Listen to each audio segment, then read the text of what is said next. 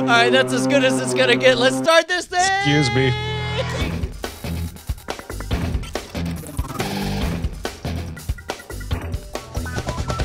Welcome to Cordkillers, our mission to report the intel from the front lines of the cord-cutting revolution so that you, my friends, can decide what the best way you can achieve watching what you want, when you want, where you want, on whatever device you want.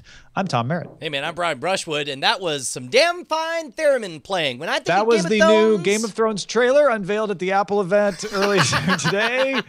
Right? No? No, not so much. It was a guy playing Game of Thrones on the theremin, and we'll use both of those terms lightly. Hey, man, we have a special guest. It's Rob Krekel. What's going on, Rob?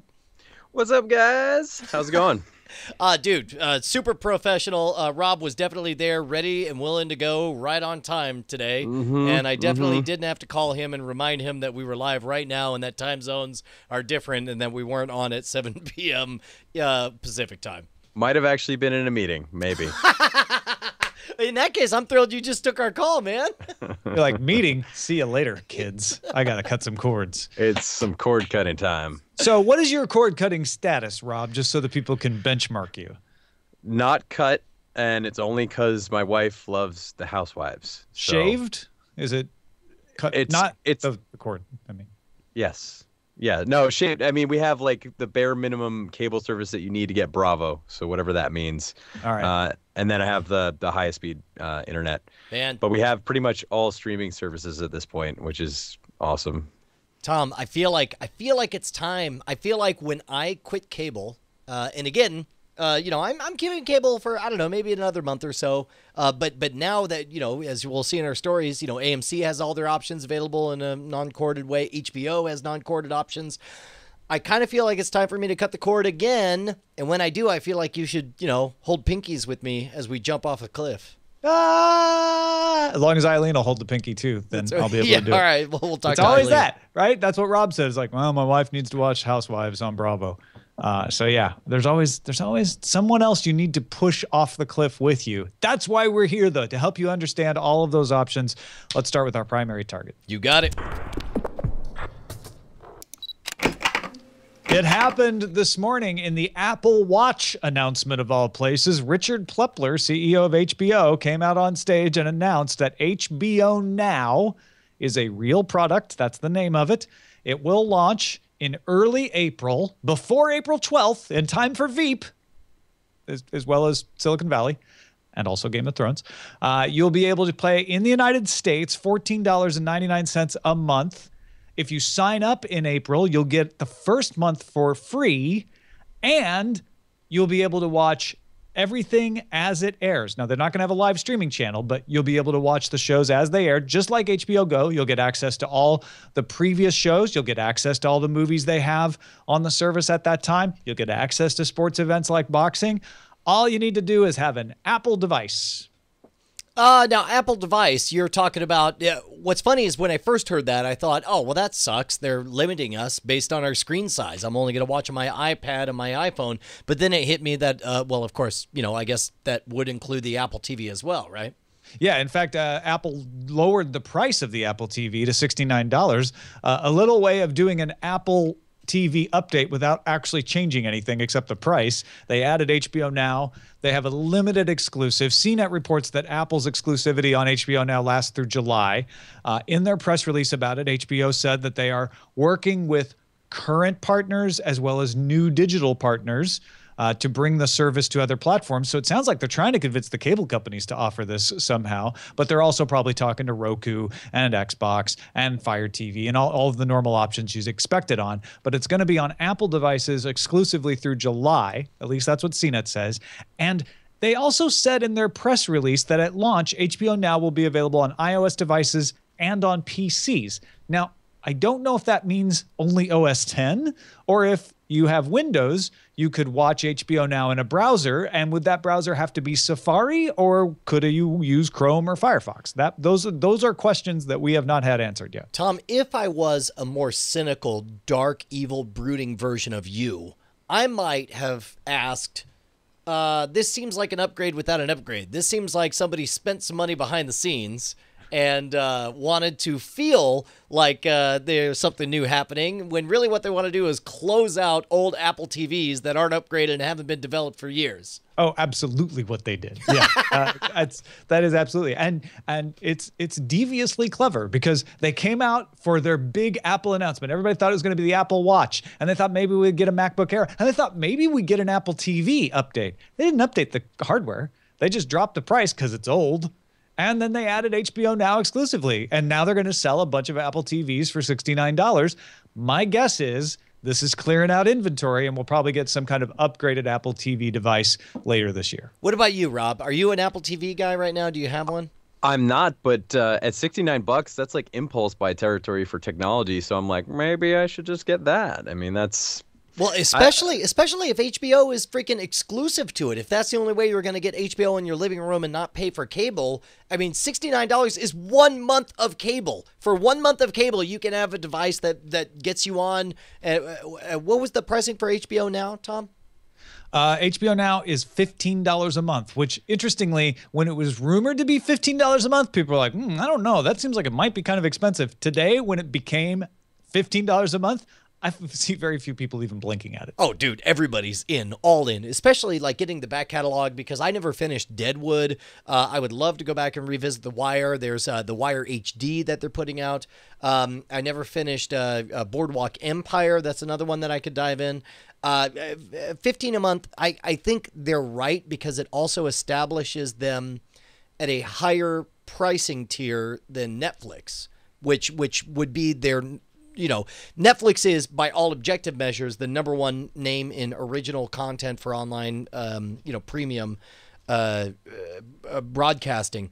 But HBO, can at least pretend like they're superior by charging a higher price. Yeah. Go ahead, Rob. I was going to say that I think quality bar is definitely not the same between Netflix and HBO. I mean, their shows, production-wise, I think have a higher quality than Netflix. Not that Netflix is bad by any means, but they're approaching cinema levels on a lot of their shows. So I don't know. The other thing is, aren't you paying $15 a month if you have it through cable, technically? So I feel like that's like an easy bridge from people who are now cutting the cord. It's like, well, it's $15 a month just for my HBO. I was paying that already. No. Right? Like, it is usually listed at $15 a month, but then, like in DirecTV's case, for instance, if you subscribe to multiple movie packages, each additional package gets cheaper. So it could be considered cheaper. Also, there's plenty of promotions out there where, like, we'll give you HBO free for 3 months. And then if you call at the end of 3 months and try to cancel it, they're like, hey, we'll give it to you at a reduced rate for another 3 months, or we'll give it to you free for another 3 months. So even though it's $15 a month, I wonder how many people are actually paying $15 a month for it. Well, and here's the other thing, is that exclusivity thing.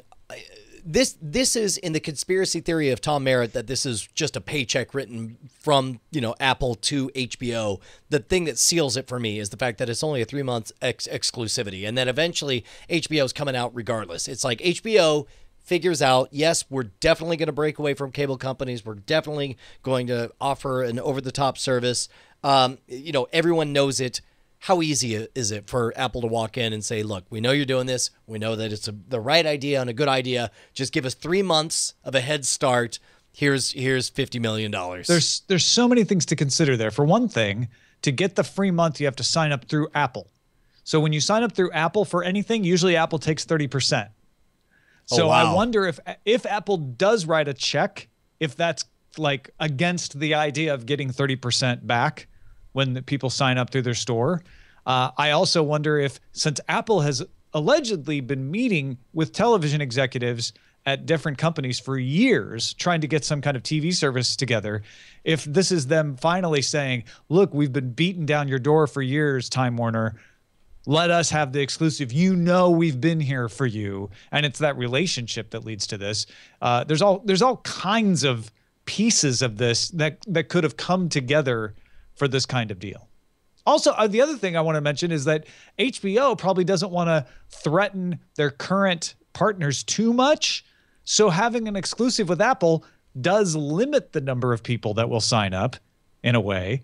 And so they can say to Comcast and Time Warner Cable, separate company from Time Warner, by the way, and others, don't worry, it's limited to Apple. So the growth curve won't be too great out of the gate. That's a really good point, because obviously HBO has derived a lot of notoriety for being the most pirated content out there. But of course, that's only an artifact of the fact that they won't offer a legitimate way for non-subscribers to get the content. Rob, what do you say? Have you ever been in one of these backroom deals where somebody whips out a checkbook and starts writing zeros?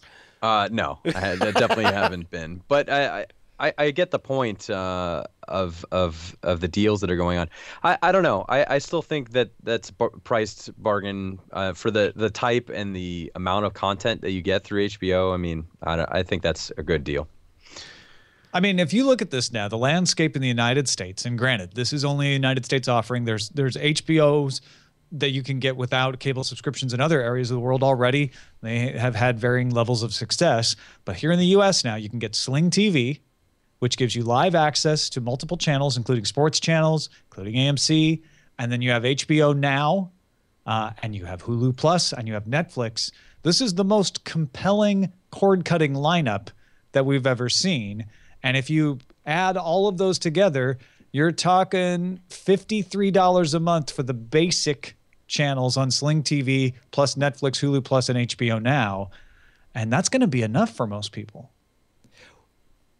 Well, and more importantly, it's one of those magic price points that's the mushy middle between, we all don't like spending more than $100 a month for the waterfall feed into our bedroom, as we've discussed it. $53 is still a lot of money. I don't want to discount that at all, but it's enough where it's like it makes sense. If you can get 90% of the benefit that you have out of cable right now and do it by spending half the amount, why wouldn't you do it? And I feel like... And don't forget, Netflix and Hulu Plus are already paid for by a lot of people who pay for cable, right? Yeah. Like, a lot of times we talk about it as like, well, if you cancel cable, you're going to have to pay $16 a month for Netflix and Hulu Plus. That's already sunk cost for a lot of people. That's not an additional cost. So now if you're talking Sling TV and HBO Now as the thing that lets you cut cable, that's $35 a month. That's less than the basic packages from Comcast and Time Warner that get you HBO. Yeah, plus if cost is an issue, I mean, you can much easier strip away services more granularly as you need to. So if you aren't going to have HBO when Game of Thrones isn't on, fine, you can strip it away and you can just pay the $15 a month for the month that's on. It's a lot easier. You're not locked in all these different contracts and things. It's way easier to bring services in and take them away as you feel like you can afford them. All right, I kind of blew the lead, by the way, of saying AMC coming to Sling. That's a piece of news that's coming in our next segment. But before we get there, Brian, let's thank our patrons who make this show possible. Patreon.com/Cordkillers. As we noted last week, we had dipped down below our $2,000 per episode number, and we have to earn you back.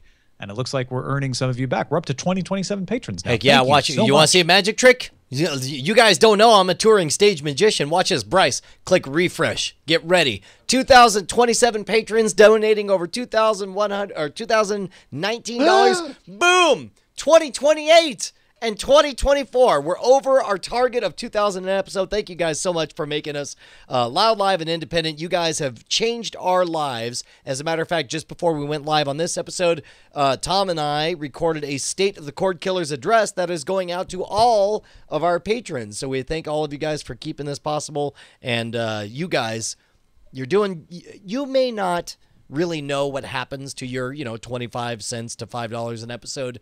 Just know that it's busy changing lives for a couple of independent broadcasters out there, man. The money's not here. It's in that Ethernet cord and in that Fire TV and in our next segment, Signals Intelligence. Yes. So Sling TV, as I mentioned, got AMC. They also got IFC, the Independent Film Channel. That's the one with Portlandia. Brian, since we talked earlier today, I did some digging and I looked at my own Sling TV installation. There is some 3-day replay. When it first launched, it didn't appear that there was any replay.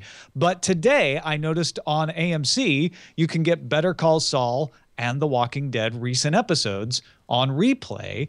IFC didn't have anything on my replay, but apparently they will have select shows available for replay. So this is a way to actually get some of the recent Walking Dead, Better Call Saul, AMC type content, even if you can't watch it live, although you can also watch it live. They also added a new Hollywood pack to Sling TV for $5 a month. That gives you the 4 Epix Movies channels, as well as Sundance movie channel, and on demand of some of those shows for up to 7 days. Recode sources say that Sling TV has signed up more than 100,000 since it launched last month. I took advantage of the Roku stick offer. I called them up. They said, pay for 3 months in advance. I said, great, give me my Roku stick for free. And they're sending it to me. And I was a little weirded out that I had to call them to do it. But they seem to be adding customer service options to the site all the time. I was complaining at least last episode or the episode before that you couldn't unsubscribe from the site, but now you can. You can actually go and uncheck and check packages from the site. They've added that in. Well, so here's the weird part, right? Like everything you're saying sounds totally rad, and it sounds like Sling TV is that. Would you be willing to say that and I don't know why my obsession with being right is manifesting itself right now, but it's like, would you say that Sling TV is that fig leaf, fake cable service that I was hoping for a year ago? I can't remember exactly all your stipulations, but sure, yes, it kind of feels that way. This is the thing that I will launch when I don't know what else to watch, but I want something on. Right. And there was no cord cutting option for that before. You had to have a cable or a satellite feed for that. So here's the weird part for me. Oh, there weren't many. Somebody's like, actually, I use Pluto TV or YouTube for that. Yes, there are options, but there was nothing similar to cable. Go ahead. So I find myself in the weird middle ground. We got cable again because I had a cable television show and I wanted my kids to experience it, watching it on, quote unquote, real TV. And I got to admit, it's been a blast whenever they've run a marathon of hacking the system episodes to be able to turn it on and be like, oh, look who's on TV, children. Your father's very, very important. But as far as the Sling TV offerings and the fact that AMC is now under the fold, I've already pre-bought the entire season of Better Call Saul. I already pre-bought the entire season of The Walking Dead.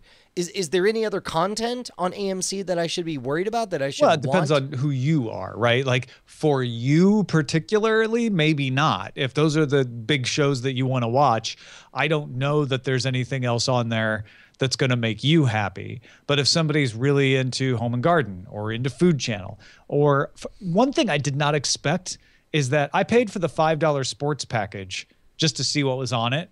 And I find myself watching Universal Sports, which has Olympic style sports like skiing and figure skating and stuff, and BN Sports, which has like rugby and soccer. Not because I'm interested so much in following the sports, but it's kind of soothing to just have on. Dude, I've maintained this for years. If you're in a bar, there is nothing better on the planet than bowling to watch, because each one is a 10-second vignette where you look at the guy beforehand, you're like, oh, is he going to get a strike? And then you see the ball rolling, you're like, I don't know, is it going to hit all the pins? And then the pins get hit, and there's chaos, and then either he hit all the pins or he didn't. Like, that's a vine every 10 seconds for an hour straight, while I can enjoy 100% of that without distracting from the conversation I'm having with the people around me. Rob, is there something in the Sling TV offering that appeals to you? Well, yeah, the 3-day replay is like the most important part of that for me, because I want to be a part of the zeitgeist. I want to be able to be part of the conversation of these shows as they're airing. And so if I'm going to be on a streaming network, I want to be able to actually see it while it's still happening. And having that 3D replay is super important for someone like me who doesn't necessarily get to watch things like day and date when they air. Do you ever turn on TV channels just to have them on, just for the hell of it? Rarely. No, it's at our house. It's usually music. Go figure, sound guy. But Yeah. and maybe if they added some kind of music channel, because one thing that when I remember very clearly when I was younger, like with cable, was the music channels in my house when I was younger. We would have those on all the time during holidays or get-togethers or even just during the day. Maybe they need to get some kind of music channel or some kind of music service that has a channel that you can flip to. You know who's got great music channels is Pluto.tv. Pluto actually has like channels dedicated to particular artists that are popular. So they just play that entire artist catalog, as well as genre-based channels like you would expect, like rock and jazz and stuff like that. And actually, Pandora might actually be a really good choice for this, because that's like live concerts and music and things that would fill that void. Yeah, if you don't care about, if you're not like, I need to see video, Pandora is perfect for that. And they have apps on things like Fire TV. Not Pandora, Palladium. I meant the channel. Oh, Palladium. Okay. Yeah. And there's also Vivo, which just is music videos, but Palladium has the concerts. Yeah. That's right. Isn't there another one that's on Apple TV that's all music, or is that Palladium? It's probably Palladium. I'm not sure though. All right, Brian, shall we gear up? No. Are you ready? No. Wait. Okay, now I'm ready. I'm ready now. Good. Now we'll gear up.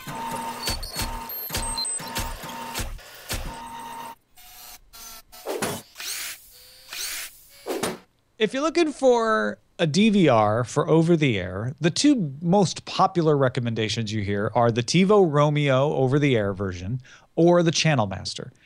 TiVo seems to be winning in sales. In fact, TiVo's net subscriber additions for the last quarter rose to 340,000 in the fourth quarter from 319,000 a year earlier. They had better than expected revenue and profit. Their customer acquisition cost fell 25%. But they don't seem to be embracing the role. Most of the Romeos don't even have an over-the-air tuner. It's only the most basic model that has an over-the-air tuner. The company makes a big deal of how it sells its products through cable TV partners like Virgin Media in the UK or Ono in Spain, Comhem AB in Sweden. I feel, Brian, like TiVo is like the reluctant winner in the cord cutter over-the-air DVR space. Yeah, I think, and keep in mind, let's wrap our minds around what it's like to be TiVo. TiVo was legitimately the company who created the DVR space. I remember arguing with my wife and explaining why we needed a TiVo, and her answer was, well, I don't want to watch more TV. And I said, no, you don't understand. TiVo is going to make it possible for you to watch less TV. It'll just be the TV that you want to watch. You'll skip commercials and blah, blah, blah, blah, blah. These are the creators of the space. I would imagine that, this honorific of being the cord cutter's choice for over-the-air DVR abilities is probably not the award that not the crown they were seeking to achieve. No, it's really odd. The promise of TiVo to me is that I can take my over-the-air leaf antenna, plug it into the TiVo, set up season passes for all these over-the-air channels I get. And granted, if you don't live in an area with good over-the-air, this isn't going to appeal to you. The problem is that I have to pay for that season pass. And that's where the Channel Master fans are like, hey, you know what? You get to set a season pass and you don't got to pay anybody for the privilege, right? That's very compelling. But the TiVo interface works really well. Where they could really kick ass is by implementing the fact that they have apps. You can watch Hulu. You can watch Netflix. You can watch Amazon Video on the TiVo. And they recently introduced One Pass. We talked about it back in January when they announced it, which allows you to set a pass that doesn't care where the source of the video is, whether it's coming from Hulu or Netflix or whatever. I've started to realize the magic of that this week because I was trying to catch up on Bob's Burgers. And most of the seasons are on Netflix.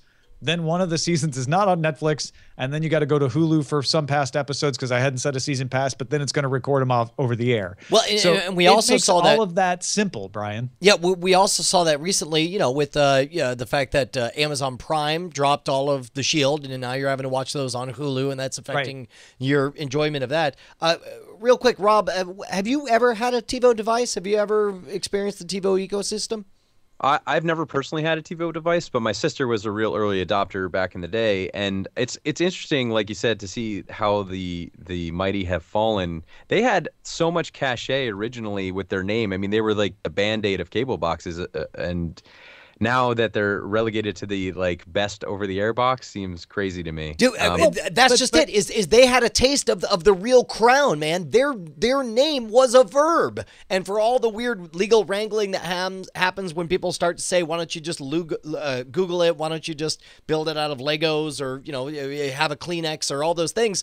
It's like that's an amazing honor to be the name that becomes the verb that means the thing. And you're right, to back down from that and be, best over the air cable alternative. Hold on, you guys. I think best over the air is the thing that brings them back. I mean, yes, you're right. They definitely fell. People stopped referring, like people say DVR things, and they used to say TiVo because TiVo became so rare. Like they lost the plot for years. But I don't consider it being relegated to best over the air. I feel like that's their revival. That's their path forward. Is the cord cutters who are like, hey, I need a good DVR option. TiVo ought to be trumpeting that, because look at this. They rose in subscribers. They rose in revenue. Things are turning around for them. And the fact that customer acquisition cost fell 25%, I'm sure some of this has to do with striking deals with cable companies, but I bet a lot of it has to do with cord cutters, despite TiVo's best efforts, coming and buying TiVos like I did so that they can use it with over the air. So I think TiVo does look at it as, well, we don't want to be relegated to over the air, like you guys say. And I would turn it on its head and say, you should want to be like the leader of this charge, but they probably feel like they can't because they're still making all this money off of cable partnerships. And those cable partners will probably not be too happy if they're leading a cord-cutting revolution at the same time. I mean, you are 100% right, if for no other reason than because it's their only play. It's literally, they're in the end game of their experience, of their time on the chessboard, and there's only one play for them to do, and it's to accept this, and then, maybe they can come back and make something else exciting happen. But it's amazing to me to remember back to the late 90s, early 2000s, when friends of mine were investing in both Netflix and TiVo, perceiving them both as equally good investments. They're both future, leaning technologies at the time. There's this DVD mailing thing. Yes. But then there's this pausing live television thing. They both seemed about equal at one point. Hey, do you want to read Matt's email? Well, I've been trying to maneuver us towards Matt's email here. It's why I brought up One Pass earlier, because one of the things that I think shows that TiVo has a conflicted feeling within is that they did this One Pass and said, hey, we are also for cord cutters, right? We'll include Hulu, we'll include Amazon. Matt was in love with that, but he sent us an update. He said, my wife and I were thrilled to see House of Cards show up in our long list of shows on TiVo, just like anything else would. We then sat down to watch our first episode, and I remembered why we never used the Netflix app on our TiVo. It's super slow to start up in general, doesn't look as nice as the app on my no longer supported Google TV. And the last straw was that when we hit play on the episode, it buffered to 25% and stopped. We tried to play it this way 5 times, but gave up. I just switched over to the Chromecast and was up and running in about 30 seconds. I absolutely love my TiVo, but they're making it so hard to love them. Dude, I'll tell you what, man, it only takes one bad customer experience to totally turn someone off. And it's like people have sent in emails suggesting how to get my Fire Stick TV, to not interfere with other objects so that it would stream better. And it's like, yeah, that's great. All of that would probably work. And in my infinite free time, I would make sure to do that. But I don't have that, so I don't. And it's very frustrating. Tell you what, I bought an episode of Bob's Burgers on Vudu and was playing it on my Roku, and it was buffering like every 15 seconds. Agony. It would buffer, and then would go back and it would play, and then buffer and it'd go back to play, and I was like, this is ridiculous. So I ended up getting it somewhere else to watch it, and I was like, you know what I'm going to do? I'm going to just pretend I'm somebody who doesn't know anything about anything, and I'm going to write Vudu and complain like, hey, I have a Roku 2 and I have this Verizon Fios connection, and I wasn't having any problems on my network with other things, but this didn't work. They wrote me a very good response saying, this can happen sometimes. Sincerely apologize. It probably has to do with your Roku's buffer. One way to fix that is to unplug the Roku, leave it for 60 seconds, and then restart it. And I was like, oh, that's actually really, it was really plainly written so anyone could understand it. Good advice, a good way to clear the cache. I was kind of like hitting myself in the head for not thinking of that myself. The only thing I wish they've offered me a refund on the episode. Yeah. They didn't. Yeah. Have you tried turning it off and then back on again? Exactly.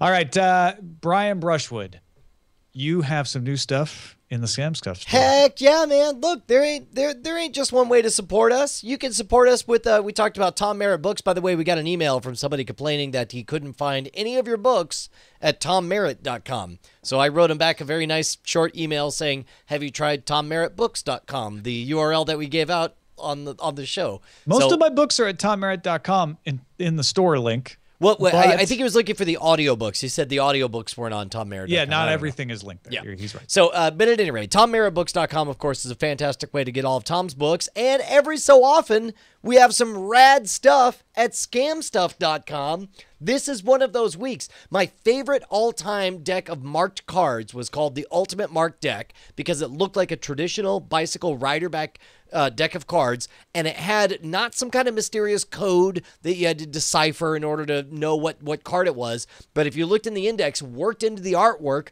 were the very simple numbers 2, 3, 4, 5, and a picture of clubs, hearts, spade, diamonds right underneath. So you could just glance at the index and know what the value of the card was on the other side. Turns out, though, the U.S. Playing Card Company, a little bit touchy about their iconic bicycle rider back design, and they shut it down. They said no more, not going to happen. When these things got scarce, they were going for over $100 a piece on eBay. They've been out of print for 2 years. Just got an email saying they're back in stock, limited run.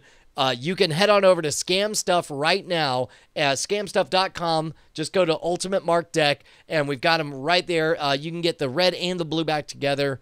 Dude, it's one of the best investments, especially because I suspect in their touchy way, the U.S. Playing Card Company will probably freak out and decide that they don't want them again so that they can preserve the value of their brand. So check it out, scamstuff.com, right? Yep, scamstuff.com. Front lines, you are summoned. Front lines. Exactly. CNET has a great article and chart up that I just wanted to let people know about. It compares the Roku, Apple TV, Fire TV, Chromecast, and Android TV, both with descriptions of what's good and what's bad about each one, as well as a really handy chart comparing all of the specs and price and services and everything available. Matthew Moscovia and Dave Katzmeyer did a great job on this. We'll have a link in the show notes, or just go to CNET and look for Roku versus Apple TV versus Chromecast versus Amazon Fire. Which streamer should you buy? Did reading the article change your mind about anything? Was there something that you put in one category of quality after reading it? You're like, no, I guess it really does belong bumped up, or what? No. No. The thing is, I don't own a Roku 3. And so sometimes I complain about my Roku 2, knowing that problem has been solved in the Roku 3. And so this kind of reminded me like, you know what? I'm looking forward to getting that Roku stick. Man, if only we had Patreon money to dedicate to that. Hey, man, according to a study from Hunter Qualitative Research, people aged 13 to 24 spend 11.3 hours a week watching free online video compared with 8.3 hours of regular TV. They can relate to online video. It makes them feel good. It helps them to relax more than regular TV. Keep in mind the study was made by YouTube content producer Defy Media. This is very much in line with everything I'm hearing about the millennial generation. Is that TV is all fake nonsense and the internet is real stuff, and what they want is a real connection. They want to feel that two-way street with the people that they watch on YouTube. I think this is great. And even though it was commissioned by Defy, which you should take with a grain of salt, it does bear out, at least with the time spent viewing, with other studies that have been done. I think it would be like if suddenly people said, I don't like looking at magazine covers because they make me feel bad about my body. So I look at Flickr instead. Yeah. So let's, first of all, I could totally appreciate that too. I love seeing people who are fatter than me, and I'm like, aha, I'm in better shape than I thought. Rob, are you, you're in a unique space in that you work in the video game industry. and you're watching a lot of this real content develop in the Twitch atmosphere. Like, do you participate in any of this? Or are there any, reality-based bloggers or YouTube content that are your must-watch, or are you entirely fictional when you go home and unplug? No, I'm a big part of this. I mean, I'm probably on the fringe edge of the millennial generation on the older side, but I definitely I watch more YouTube and Twitch and on-demand content from providers like that than I do traditional media by far. And it's exactly for the reasons you're describing. It's because I actually feel like there's a two-way communication versus just a one-way, and that's appealing to me. And it's kind of the reason shows like this exist in some ways. Dude, and not only in the big picture, but in the very specific picture, it exists because people like you are fans and contribute. So it is a two-way street. Meanwhile, Jay Fulcher, president and CEO of Ooyala, wrote an interesting guest column on Recode pointing out we never hear about cord forevers because nobody is saying they will never cut the cord. A recent Nielsen report found that from 2013 to 2014, digital video grew 53% among 18 to 34-year-olds, 80% among aged 35 to 49, and even still 60% among 50 to 64-year-olds. So it's not even limited to the millennials. So wait, so think about this. Parse that real quick. 53% means that the lowest group, the slowest growth, the least amount of expansion occurred in what you would normally perceive as the most online savvy. Now, of course, a lot of that means because they're already online, you're going to see less growth from them. But that's extraordinary that we're seeing 80% age 13 or 35 to 49. And I honestly think the biggest threat to the established television and why some people dismiss things like Sling TV is I don't want to watch that stuff anymore anyway. Yeah. No, that's a good way to put it. GigaOhm profiled an app that's sort of a Pandora for news segments that works best with a Chromecast through AirPlay or through AirPlay. It's called Haystack, and it collects preferences from you, then streams segments from various sources, all kinds of different news sources, which you could choose to skip by swiping. It learns from what you skip as well as from offering hashtags of topics that you could star, indicate that you like more. So in other words, you sort of create, just as Google News gives you a meta feed of what is the most popular, most interested content, the most linked content at any given moment. This is something you can curate. For example, if there's a presidential election and you're particularly into one presidential candidate, you can hear all of the stories about that one candidate. I assume we'll take a extension. Yeah, I'll take an extension because I'm loving this thing. And what I love about it is it makes me feel like I'm watching news again. Half the time when I turned on these 24-hour news channels, even the online streaming ones like CBS News or Sky News, they're talking about something I don't care about. And I don't want to sit around and listen to them talk about something that's not even news, in my opinion. What this does is says, hey, you know what? This thing happened in Syria, and this thing happened in the United States, and this thing happened in China.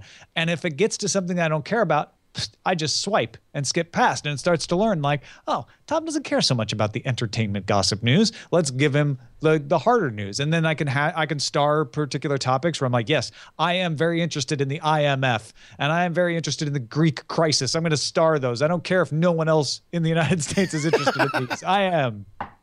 What about you, Rob? I'm amazed that this is a thing because this is like the vegetables of media consumption, right? This is the good stuff that you're supposed to eat that most people ignore. Yes. I think it's great. A well-informed public, I mean, that's only a good thing. And if it's delivering the curated best news of all these things, I think it's nothing but a good thing. Dude, the vegetables of news is my Huey Lewis and the News cover band. Although, granted, you can affect it to give you crap if you really want. Yeah, or it can rightfully call you out and figure out that you secretly like crap because it's the only thing you don't skip. Yeah, because it's based on your preferences. Anyway, game consoles are getting crippled apps. Yay! HBO Go finally came to the PlayStation 4, but as the tech press laments that lives in San Francisco where Comcast is the service, Comcast is not supporting login to the PS4's version of the HBO Go yet. And Time Warner's app came to Xbox One, but unlike the Xbox 360 version of the app, it doesn't have any live channels, only the on-demand offerings. Hooray! Baby steps, Tom. We can all feel good about baby steps in the right direction, right? Sure. Just don't hurt the baby. Yeah, okay. I mean, is this a make or break thing for you, Rob? Even as I'm saying these words, I'm looking at you shaking your head. No, it's really. I mean, it's kind of, it's sadly expected, right? At this point, it's baby steps, like you said. I mean, it's weird because it's like I don't want to overinflate it and freak out and act like they did something revolutionary when they clearly didn't. But also, it's definitely this is the trend that we're asking for. This The Time Warner app is definitely baby steps. Like, I'm sure they'll add live streams eventually. Hey man, you ever hear of a little place called the Wall Street Journal? Well, they got sources that say that NBC is working on a subscription comedy service. It would include full episodes of SNL and The Tonight Show, as well as other clips and online exclusive programming for around $3 a month. For the life of me, Tom, I cannot understand why this is happening. We just saw Yahoo leverage so much of their brand behind getting exclusive SNL rights. $3 is a weird amount to pay per month for a video service that's largely going to get you back catalog. I really don't know how to feel about this.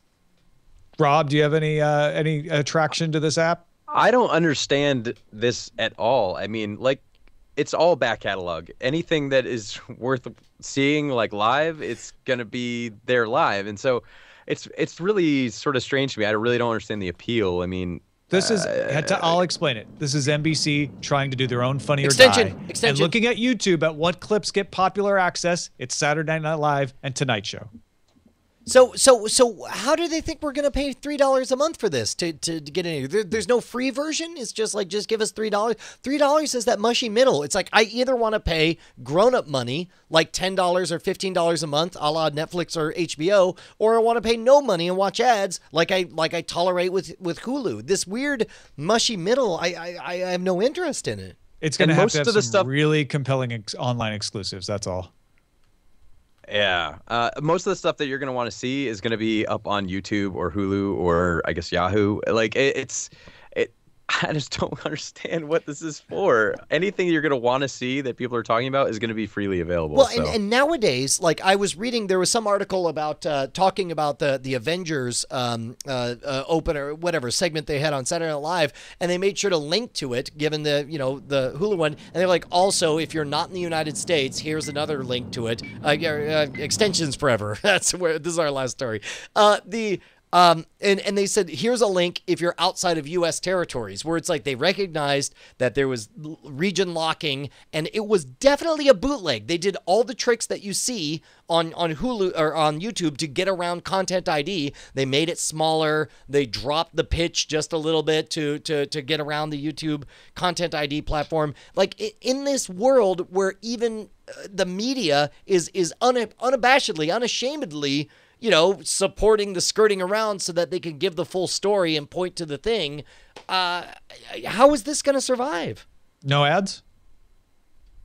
No. No, not good enough, Tom. Okay, but what about Vessel? This is no different from Vessel, except that it's got NBC level content instead of YouTube level content. I'm not super optimistic about Vessel either. I mean, that's all I got. That's all I got. All right. Let's move on to Under Surveillance. All right, Under Surveillance. It's all about location. Under Surveillance. Hey, a new Game of Thrones trailer premiered at the Apple announcement. We alluded to that earlier. Did you guys see it? Dude, let's watch a few seconds of it. Can we watch a little bit of it? Watch a little of it. Yeah, just a little. Fair use to say I'm commenting on how Stannis looks. Yeah. Dude, this is all fair use. Take that. And look, you can hear people fighting if you're on the audio version. I liked the whole idea that all of those family houses are spokes on a wheel. They go up, they go down.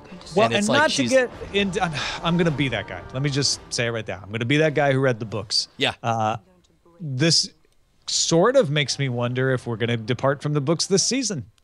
Because what I know about what Khaleesi does from A Dance with Dragons, she seems to be talking about doing something maybe slightly different, not revolutionarily different, but this is setting me up for an action-packed, action-filled season, which that's not necessarily what I would necessarily expect. I don't know exactly. So yeah, well, I'm excited. Yeah, certainly the rhetoric is bombastic, and yes, we may be getting into spoilery territories. For those of you who don't know, in the books, this same idea, essentially, the idea that it's around this or the next book that you start to get the idea that, like, oh wait, the Khaleesi is really who this whole story is about, and that she's the one who needs to be the ruler in charge or whatever. And none of it's confirmed. It just seems to the story seems to be emerging that way.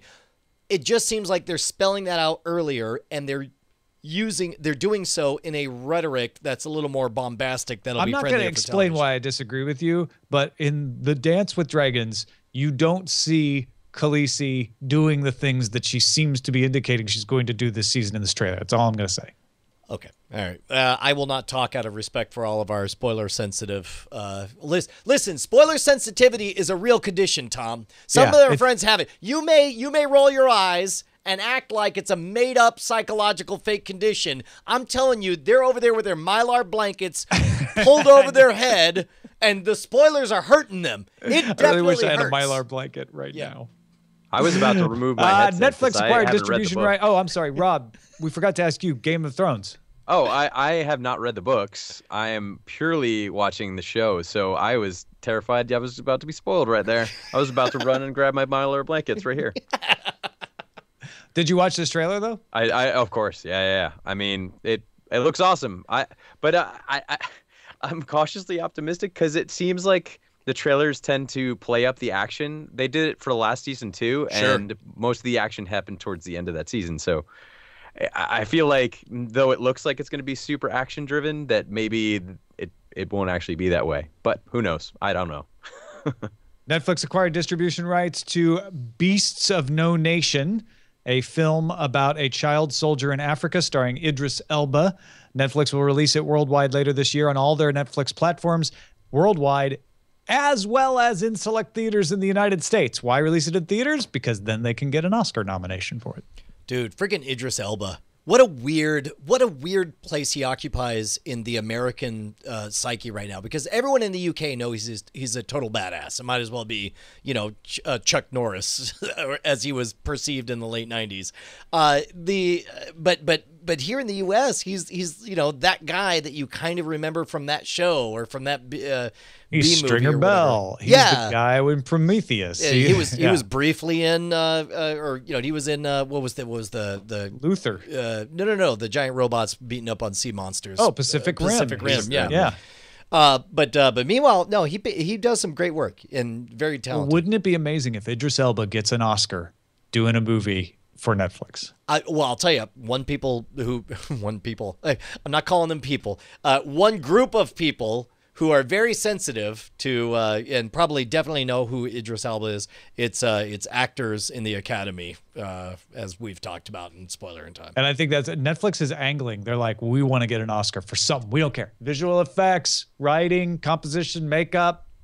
Let's go, because they're putting movies into select theaters in the U.S. I think specifically to go after that. I believe it. Hulu got exclusive rights to Disney Junior kids shows Doc McStuffins and Bunnytown, and non-exclusive rights to all episodes of Handy Manny. All of it arrives sometime this spring. There's a kids war going on among the cord cutting. I'll tell you what, man, that's the only war to have. If you're in this and you're in it to win it, then you freaking get the kids and you have the adults and you have the ecosystem. We've talked about this, man. Amazon Prime was nothing until it showed up on my Xbox, and then the kids discovered it, and now all of a sudden that's all they're living in, watching the Blues Clues and whatnot. Dude, you want to create that environment and own families, then start with the kids. Has your kids started watching TV yet? No, we're not. No screen time as of yet, but that time is rapidly approaching. So I don't know what any of those things that Tom just said are, but I'm sure given a year or two more, I will know exactly what that is. Enjoy your blissful ignorance while you still can. All right. Speaking of, have you had any time to watch anything? We're going to always talk a little bit about what we're watching. Yeah, I mean, I've been doing a lot of research watching. So I've watched Raiders of the Lost Ark recently again, and John Wick, which, I mean, that's more recent, and that was freaking awesome. John Wick was a surprise to me. People had told me it was really good, but I didn't catch it until real recently, and that was a good time. Did you either one of you guys? I haven't seen it. No. No. And people say, like, and again, you hear the premise, and it sounds like such an eye roller. Like a crazy guy gets pissed off because his dog gets killed and takes down the Russian mafia. I'm just like, all right. It sounds like a B movie at best, but it sounds like, to hear it from you, that it just slayed it. It's a really fun action movie. It's just like it's pure action. It's Keanu at his best when he's not speaking very much and he's just kind of kicking ass. And yeah, I mean, it was a good time. I really enjoyed it. Awesome. And you're watching Star Wars Rebels? I am, of course. I'm a giant Star Wars fan. I watched all the Clone Wars and I've been watching Rebels since the premiere, and I love it. So far, so good. All it does is like bring a little bit of that goodwill back into Star Wars for me, and it makes me even more excited for Episode 7. I feel like I'm not alone anymore because I felt like I was the only person watching Star Wars Rebels among anyone I knew. So I'm happy to hear that. I was very excited with the season finale. Yeah, I thought they did a really good job. The first season, enough of a slow burn to keep you interested, but enough familiar to make you excited, if that makes sense. Yeah. They're walking a great line of feeling a little bit like Clone Wars, but very much like A New Hope. So that if you like, one or the other, you're getting something every episode. Yeah, and I wasn't sure about the art style, seeing like the pre-production photos and the marketing and everything, but once I started watching, it was a total non-issue. I just thought it was great. I watched Star Wars Rebels, the finale. I started watching Agents of S.H.I.E.L.D. as it returned, and it's fine. I'm good. I'm intrigued where they're going. I thought everything good about this mid-season premiere was in the last 5 minutes, but it was enough to make me very excited about next week's episode. I also watched Last Man on Earth on Hulu, which is the Will Forte, Kristen Schaal show about the last man on Earth, and she's in the credits, so as you can assume, he also meets the last woman on Earth. Wait, really funny. Was it a movie or a TV show? No, it's a TV series. I don't know how. I'm going to say that I don't remember this, but somebody's going to point out like, well, you talked about it. It just premiered like a week and a half or two ago. Dude, no, I love Kristen Schaal. She's amazing. Oh yeah, she's very Kristen Schaal in this. Speaking of Kristen Schaal, I've binged on Bob's Burgers. I'm all the way into season 5 now. I'm watching them on Hulu and catching up. Both Brian and I watched Unbreakable Kimmy Schmidt. We'll talk about that in spoiler in time. And that's it. What else have you been watching, Brian? Dude, all the usual suspects. Of course, more House of Cards. I think we're tied up on that one now. Better Call Saul, we're on the same page. Walking Dead, I watched last week's, but I made a call today. Either I could get caught up on this week's since it was this morning, or I could watch Unbreakable Kimmy Schmidt, so I did that instead. And I watched it twice, Tom, because I loved it so much. The kids came barging in after going to some birthday party, and they're all like, so anyway, we just rented Big Hero 6, and holy cow, did I love it. I absolutely adored every second of it. It was balanced. It had that rare treat that you get out of occasional kids' movies, in that I honestly didn't know where it was going to go or what the direction was. Wait, you watched Big Hero 6 twice? What's that? Yeah.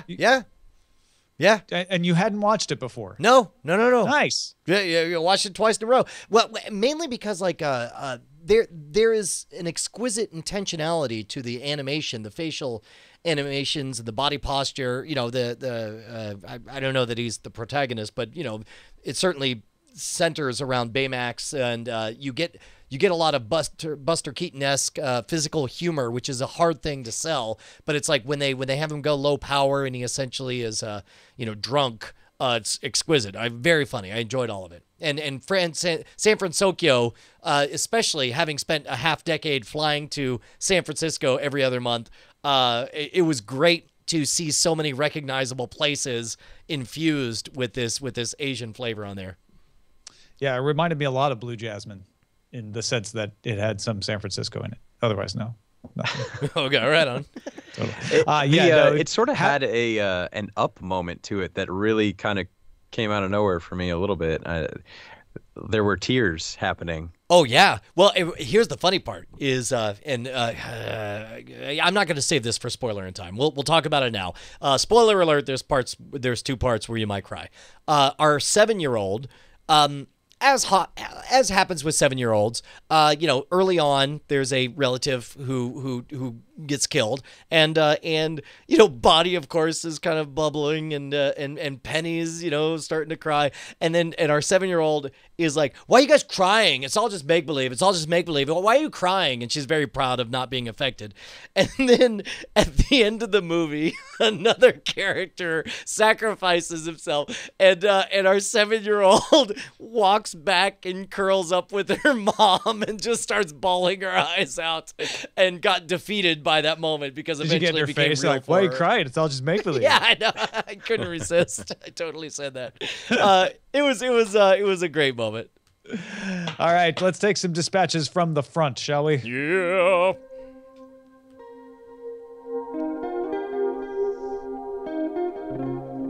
So Dan wrote us saying that a hobby he enjoys is making DIY antennas from the internet, and the one he built this weekend is the best performing one to date. It can be found at, and it's an Instructables link. If you just search for Indoors Fractal HD TV Antenna, I'm sure you'll find it, but we'll have a link in the show notes. Basically, it's taking coax cable and stringing it in a pattern that does a fractal to maximize the amount of space to receive the signal. He says he says there's no 2x4s or PVC reflectors to make. He has yet to try it on a longer run of cable, but he was able to get every local channel at nearly full signal in the basement with this one. He says this weekend he's going to swap it out with his attic antenna for fun and see how it performs there.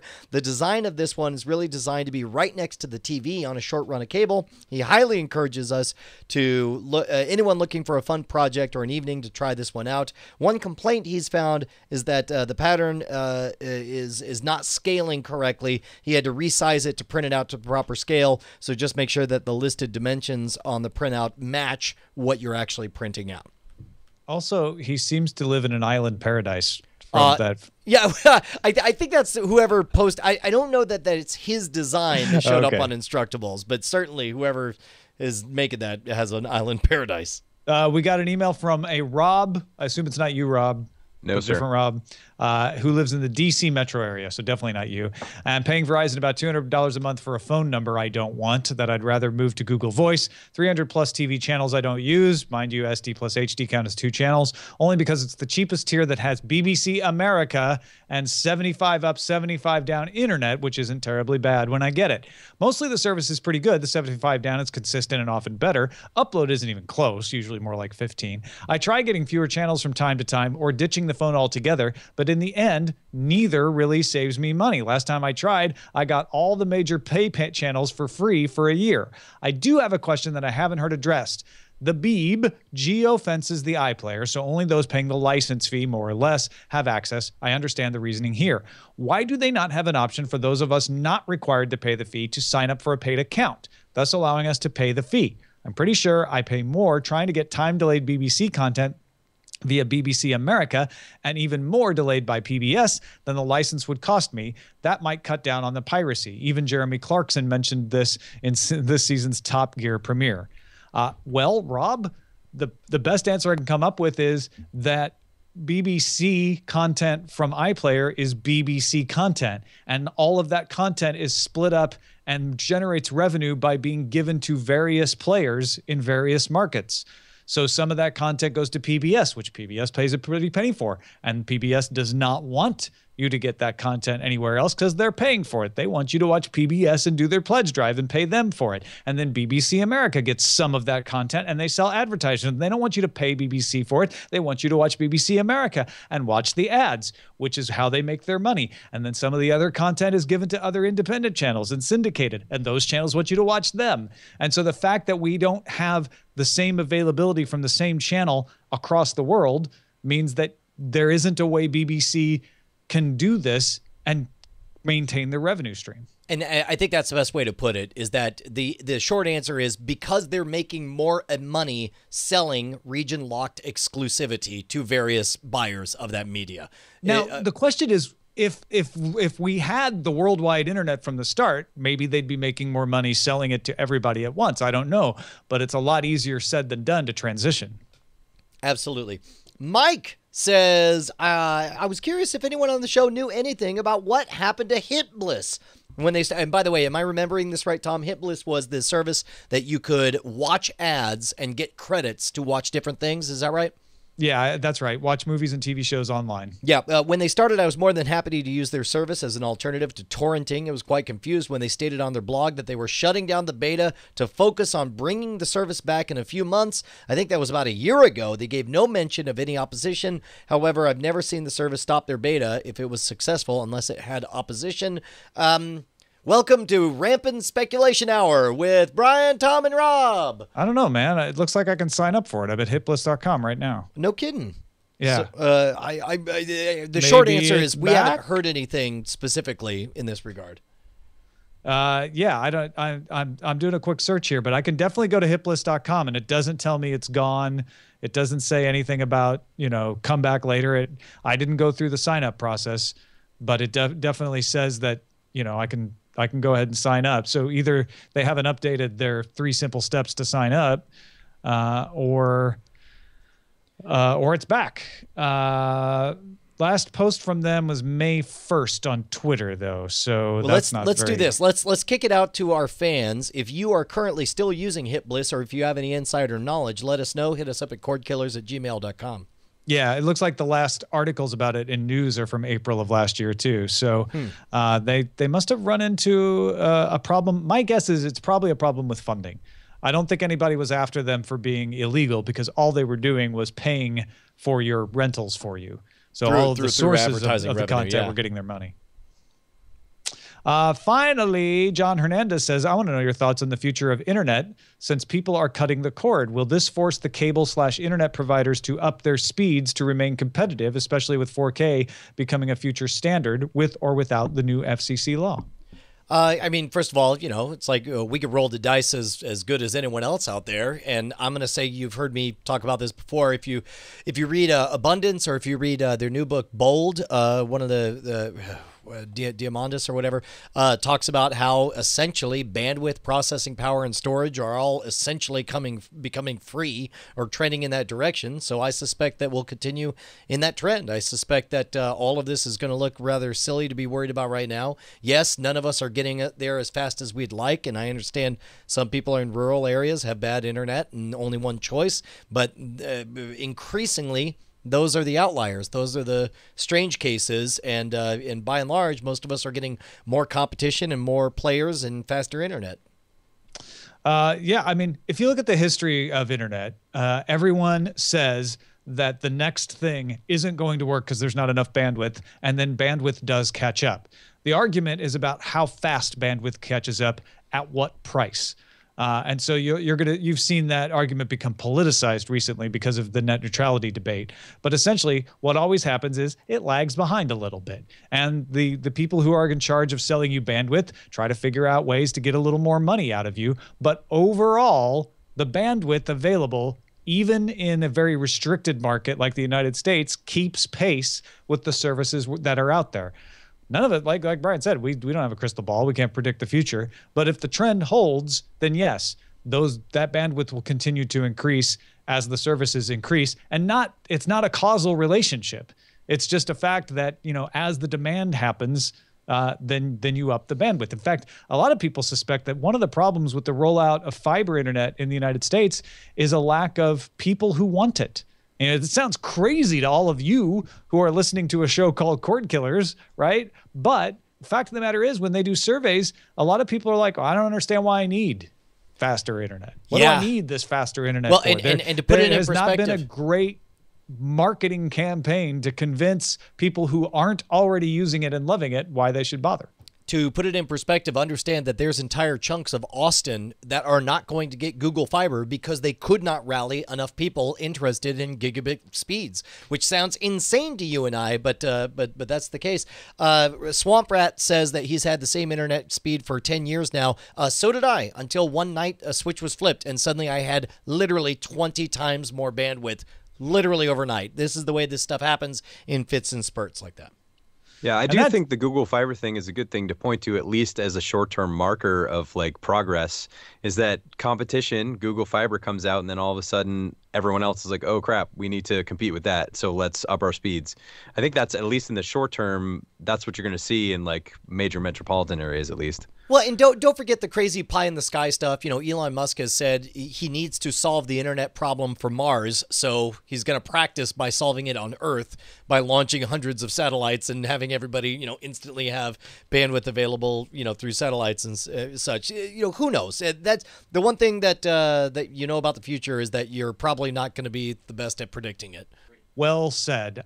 Before we go, Rob Krekel, thank you so much for being on the show. I totally didn't forget to say goodbye to you. What are you up to? Where can people find you on Twitter? What's your projects you're doing these days? So aside from working at Naughty Dog, you can find me on Twitter at Rob Krekel. It's just my name, no spaces. But I also do a little bit of sound effects and sound editing on the side. And if you want to check some of that stuff out and potentially purchase some sound effects that I created, you can go to bit.ly/TriuneSFX, and you can check out the Triune store where the sound effects are sold. I will vouch for this as somebody who drove up to Dallas just to high five Rob and be excited to see him and the Film Riot crew. It was amazing to drive out to this ranch and discover like this ultra high-end audio equipment, and then, you know, machine guns and shotguns and police officers firing all this stuff, and then them getting the sound of shells dropping onto concrete, dropping onto grass, dropping onto all these different items. If you're somebody who's making these independent productions and you need the highest quality sound effects, then certainly I would trust the golden ears of one Rob Krekel. Absolutely. Again, it's Triune, Triune. Is that right? Correct. Correct. And triune.com. So bit.ly/TriuneSFX, TriuneSFX. correct. bit.ly/TriuneSFX. Correct. That'll Got take it. you right there. All right. lowercase. Our website is cordkillers.com. Our email address is cordkillers@gmail.com. And we're live on diamondclub.tv Mondays at 7 p.m. Eastern, 4 p.m. Pacific. We'll see you next time. Hey guys, Tom and Brian here. We just wanted to say thank you to all of our $5 patrons who keep us loud, live, and independent. You guys make Cordkillers the production that it is. Your name appears in the video credits and appears in our hearts. And if you'd like to become one of them or see who they are, you can go to patreon.com/cordkillers. You'll need to do more than just go there, though. You'll have to sign up and, you know, pledge an amount. But Unless you just want to see who they are. Well, I mean, you could gawk. That's a little creepy, isn't it? If you want to be a gawker, Let's go. it's up to you. Diamond Club hopes you have enjoyed this program.